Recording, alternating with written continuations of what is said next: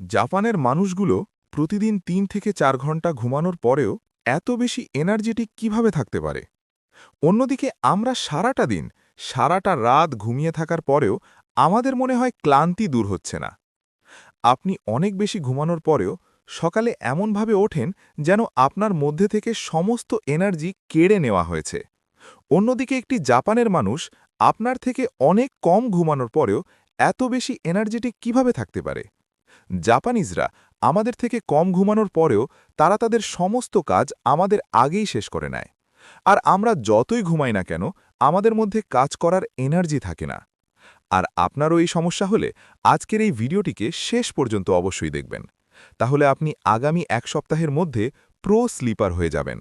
কারণ এখন আমি আপনাদের ৭টি জাপানিজ স্লিপিং হ্যাবিট বলবো, যা আপনার স্লিপিং প্যাটার্নকে এমনভাবে রিসেট করে দেবে যে আপনি অল্প ঘুমানোর পরেও সারাটা দিন ক্লান্তি অনুভব করবেন না। মনে করুন আপনি রাত্রে ৮ ঘন্টা ঘুমিয়েছেন, সময় মতো শুয়েছিলেন, সকালে দ্রুত উঠেও পড়েছেন, কিন্তু ঘুমো থেকে ওঠার পরেই আপনার অবস্থা এমন ছিল যে আপনি ঠিক করে চলতে পারছেন না। আপনি রাতে ঘুমিয়েছিলেন নিজেকে রিচার্জ করার জন্য, কিন্তু সকালে উঠে আপনার এমন মনে হচ্ছে রিচার্জ তো দূরের কথা, আপনার যেন ব্যাটারি আরও বেশি ডাউন হয়ে গেছে। যতটা ক্লান্ত আপনি রাতে ঘুমানোর আগে ছিলেন, সকালে ঘুম থেকে উঠে তার থেকে বেশি আপনাকে ক্লান্ত মনে হচ্ছে। অন্যদিকে একটি জাপানিজ মানুষ রাতে কেবলমাত্র ৪ ঘন্টা ঘুমিয়েছে, কিন্তু যখন ওই মানুষটি ঘুম থেকে ওঠে, ওই মানুষটার মধ্যে এত বেশি এনার্জি থাকে যে সারাটা দিনের কাজ সময়ের আগেই শেষ করে দেয়। তাহলে কি জাপানিজ মানুষের কাছে কোনো না কোনো ফাস্ট চার্জার আছে, যেটা ব্যবহার করে এরা অল্প ঘুমিয়েও নিজেকে ফুল চার্জ করে নিতে পারে আর সারাটা দিন প্রোঅ্যাক্টিভ এবং ফোকাস থাকতে পারে? তো চলুন দেখে নেওয়া যাক জাপানিজদের ওই ৭টি অভ্যাস, যে কারণে জাপানিজরা কম ঘুমানোর পরেও ফুল এনার্জেটিক থাকতে পারে। নাম্বার ১, কুল ডাউন ইয়োর কেব। আপনি কি কখনো এটা নোটিস করেছেন? গরমের রাতে আপনি কতবার বিছানা থেকে ওঠেন, আর যখন একটু ঠান্ডা হাওয়া শরীরে লাগে তখন আপনার ঘুম গভীর হয়ে যায়। জাপানে ২০০০-এরও বেশি বাড়িতে একটি রিসার্চ করা হয়, যেখানে এভারেজ বেডরুমের টেম্পারেচার ১৩ থেকে ১৭ ডিগ্রি সেলসিয়াসের মাঝে থাকে। এরা এদের রুম ইচ্ছে করে এত বেশি ঠান্ডা রাখে যাতে এদের স্লিপ কোয়ালিটি ভালো হয়।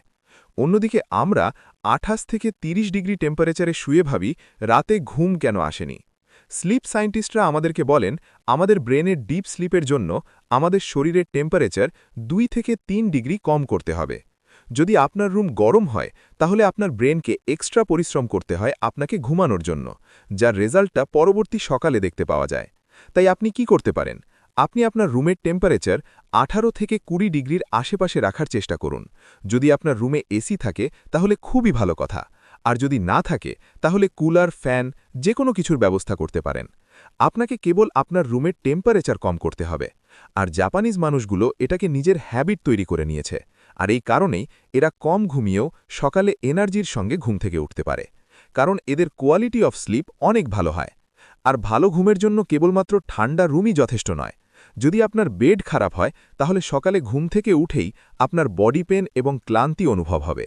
Number ২, support, not softness. আপনার হয়তো মনে হয় সফট বেডের অর্থই হলো ভালো ঘুম, কিন্তু এটা সত্যি নয়। জাপানের মানুষগুলো সফট ম্যাট্রেসে ঘুমায় না। এখানকার কালচার হলো ফুট অন এবং তাতামি ম্যাট্রেসে ঘুমানো। কারণ যখন আপনার বেড অনেক বেশি সফট হবে, তখন আপনার স্পাইন ন্যাচারাল পজিশনে থাকবে না, আর আপনার শরীর সারা রাত আপনার স্পাইনকে অ্যাডজাস্ট করার জন্য ছোট ছোট ব্রেক নিতে থাকে, আর আপনি কোনো রকমের নোটিস না করেই বারবার জেগে ওঠেন। তাই আপনি কি করতে পারেন? যদি আপনি নতুন কোনো ম্যাট্রেস অ্যাফোর্ড না করতে পারেন, তাহলে আপনি আপনার বেড থেকে আপনার ম্যাট্রেসটাকে সরিয়ে ফেলুন, আর আপনি কটনের বেডশিটের লেয়ার তৈরি করুন, অথবা যোগা ম্যাটে ব্যবহার করা ফর্ম ব্যবহার করুন। কিন্তু ভালো ঘুমের জন্য কেবলমাত্র ঠান্ডা ঘর এবং ম্যাট্রেসই যথেষ্ট নয়। Number ৩, hot bath. যখন আপনি আপনার অ্যালার্টনেসকে বাড়াতে চান, তখন আপনাকে কোল্ড শাওয়ার নিতে হবে। আর এই কারণেই বলা হয় সকালে ঘুম থেকে উঠেই ঠান্ডা জলে স্নান করা উচিত। অন্যদিকে যদি আপনি অল্প একটু গরম জলে স্নান করেন, তাহলে এটা আপনার বডিকে রিল্যাক্স মোডে নিয়ে যাবে, যা ঘুমানোর জন্য একদম পারফেক্ট। জাপানে একটি রিচুয়াল আছে যেটাকে জাপানের মানুষ বলে অপূর্বা। জাপানের মানুষগুলো রাত্রে ঘুমাতে যাওয়ার আগে হালকা গরম জলে স্নান করে, আর এরপরে যখন এদের শরীর ঠান্ডা হতে শুরু করে, তখন এদের ব্রেন সিগন্যাল পেয়ে যায় যে এখন রেস্ট মোড অন করতে হবে। বিজ্ঞান আমাদেরকে বলে যখন আপনি গরম জলে স্নান করেন, তখন আমাদের বডি নিজের টেম্পারেচার ২ থেকে ৩ ডিগ্রি কম করে দেয়, আর এটাই আপনাকে ট্রিগার করে ডিপ স্লিপের জন্য। এখন হয়তো আপনি ভাবছেন গরম জলে স্নান করলে বডির টেম্পারেচার বেড়ে যাবে। তাহলে বলি, যখন আপনি গরম জলে স্নান করেন তখন বডির বাইরের টেম্পারেচার একটু বেড়ে যায়, কিন্তু যখনই আপনি বাথরুম থেকে বাইরে বেরিয়ে আসেন তখন বাইরের আবহাওয়ার কারণে আমাদের বডির টেম্পারেচার দ্রুত নিচে নেমে যায়। আর এই কারণেই ওয়ার্ম বাথ নেওয়ার পরে রিল্যাক্স ফিল হয় এবং স্লিপিং এফেক্ট ক্রিয়েট হয়। তাই ঘুমাতে যাওয়ার আগে ওয়ার্ম বাথ নেওয়া আপনার স্লিপকে ইমপ্রুভ করবে। আর এখন আপনি কি করতে পারেন? ঘুমাতে যাওয়ার 1 ঘন্টা আগে হালকা গরম জলে স্নান করে নিন। আর যদি আপনি স্নান করতে না পারেন তাহলে হালকা গরম জলে 10 থেকে 15 মিনিটের জন্য আপনি আপনার পা ডুবিয়ে রাখুন। জাপানের মানুষগুলো এই রিচুয়ালটাকে ডেইলি হ্যাবিট তৈরি করে নিয়েছে। আর হট বাথ ছাড়া যদি আপনি আপনার ঘুম কি ঠিক করতে চান তাহলে আপনাকে একটা চিন্তা পরিবর্তন করতে হবে। আর সেটা হলো number 4, sip the same around the sleep. আমাদের এখানে যদি কেউ আমাদেরকে বলে তুমি তো সবসময় ক্লান্ত থাকো, তাহলে এটা আমাদের শুনতে ইনসাল্ট মনে হয়। কিন্তু জাপানে এটা ঠিক উল্টো। যদি জাপানে কেউ বলে আপনাকে দেখতে ক্লান্ত মনে হচ্ছে, তাহলে এটা হলো একটি কমপ্লিমেন্ট। এর অর্থ হলো আপনি হার্ড ওয়ার্ক করেছেন, আর মানুষ আপনার ওই হার্ড ওয়ার্ককে রেসপেক্ট করে। আর এই কারণেই জাপানে পাবলিক প্লেসে ন্যাপ নেওয়াটা লজ্জার কিচ্ছু নয়। অফিস হোক অথবা ট্রেন, যদি কেউ ন্যাপ নেয় তাহলে মানুষ তাদেরকে লেজি বলে না, বরং এদেরকে হার্ড ওয়ার্কিং মনে করা হয়। জাপানে ট্রেনের মধ্যে কোনো রকমের মিউজিক অ্যালাউ নেই, এমনকি বেশি জোরে কথা বলাও অ্যালাউ নেই, কারণ এখানে বেশিরভাগ প্যাসেঞ্জার ন্যাপ নেয়, আর কারোর ঘুমের ডিস্টার্ব করা উচিত নয়। অন্যদিকে যদি আমরা টায়ার্ড ফিল করি তাহলে দ্রুত আমরা চা অথবা কফি পান করে নিই, যাতে আমাদের ঘুমটা দূর হয়ে যায় এবং আমাদের এনার্জেটিক মনে হয়। আর কফিতে থাকা ক্যাফেইন আমাদের ঘুমকে নষ্ট করে দেয়।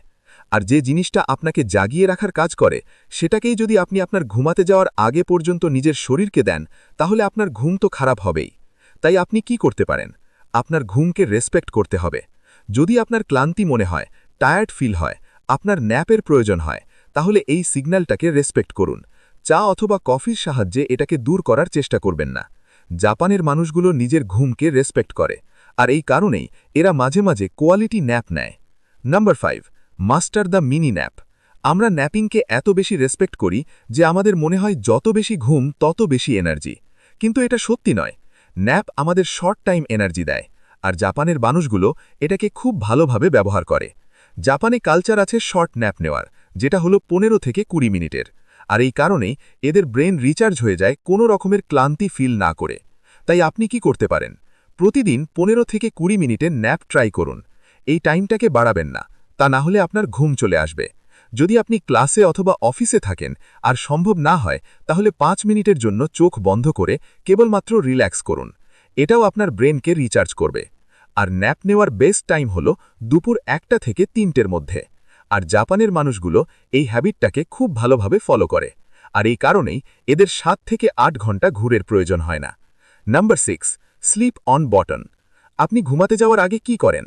বেশিরভাগ মানুষের ঘুমাতে যাওয়ার আগে ফেভারিট কাজ হল এদের মোবাইল ব্যবহার করা। বিছানাতে শুয়ে ততক্ষণ পর্যন্ত ফোন ব্যবহার করতে থাকে যতক্ষণ পর্যন্ত এদের চোখ ক্লান্ত হয়ে বন্ধ না হয়ে যায়। বড়, বাচ্চা, বুড়ো, আজ সবার একই অবস্থা। দেখুন, যখন আমরা কোনো ডিজিটাল স্ক্রিন দেখি, ওই স্ক্রিন থেকে বাইর হওয়া ব্লু লাইট আমাদের বায়োলজিক্যাল ক্লককে ডিস্টার্ব করে। আর স্ক্রিনের লাইটের কারণে আমাদের ব্রেনের এটা মনে হয় যে এখনও হলো দিন, যে কারণে আমাদের ঘুমাতে সমস্যা হয়, আর আমাদের ডিপ স্লিপটা ডিলে হয়ে যায়। জাপানেও 95% মানুষের কাছে স্মার্টফোন আছে, কিন্তু পার্থক্যটা হলো এরা রাতের সময় স্ক্রিন ডিসিপ্লিনকে ফলো করে, অর্থাৎ বেড টাইমের 1 ঘন্টা আগে কোনো রকমের স্ক্রিন দেখে না। আর এখন আপনি কি করতে পারেন? ঘুমাতে যাওয়ার 1 ঘন্টা আগে আপনার মোবাইল এবং ল্যাপটপ বন্ধ করে রেখে দিন। আর যদি আপনাকে খুবই গুরুত্বপূর্ণ কাজ করতে হয়, তাহলে ওয়ার্ম লাইট ফিল্টার অন করে ব্যবহার করুন। আপনি রাতে ঘুমানোর একটি রিচুয়াল তৈরি করুন। এমন একটি অ্যাক্টিভিটি করুন যাতে আপনার খুব দ্রুত ঘুম চলে আসে, আর আপনার ব্রেন রিল্যাক্স থাকে। আর আমি পার্সোনালি ঘুমাতে যাওয়ার আগে একটি বই নিয়ে ঘুমাতে যাই, আর ওই বইটা পড়তে পড়তে অটোমেটিক ঘুমিয়ে পড়ি। এটা হলো এমন একটি অভ্যাস যেটাকে যত দ্রুত আপনি আপনার লাইফে অ্যাড করবেন, এটা আপনার জন্য তত বেশি ভালো হবে। এছাড়া আরেকটি জিনিস আছে যেটা আপনার ঘুমের কোয়ালিটিকে আপগ্রেড করতে পারে। সেটা হলো নাম্বার 7, আপগ্রেড ইয়োর পিলো। বেশিরভাগ মানুষের জন্য পিলো খুব একটা ম্যাটার করে না, এরা যে কোনো রকমের পিলো ব্যবহার করে নেয়।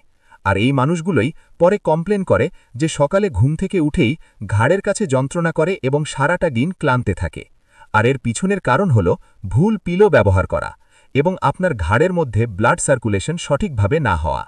জাপানের মানুষগুলো একটি ইউনিক পিলো ব্যবহার করে, যা তাদের ব্রেনের ওজন অনুসারে নয়, বরং ঘাড়ের ন্যাচারাল কার্ভ অনুযায়ী অ্যাডজাস্ট হয়, যে কারণে ঘাড়ে কোনো রকমের প্রেশার পড়ে না, ব্লাড ফ্লোটা খুব সুন্দর হয়। এছাড়া রিসার্চাররা বলে প্রপার নেক সাপোর্ট আমাদের নেক পেনকে 50% কম করে দিতে পারে।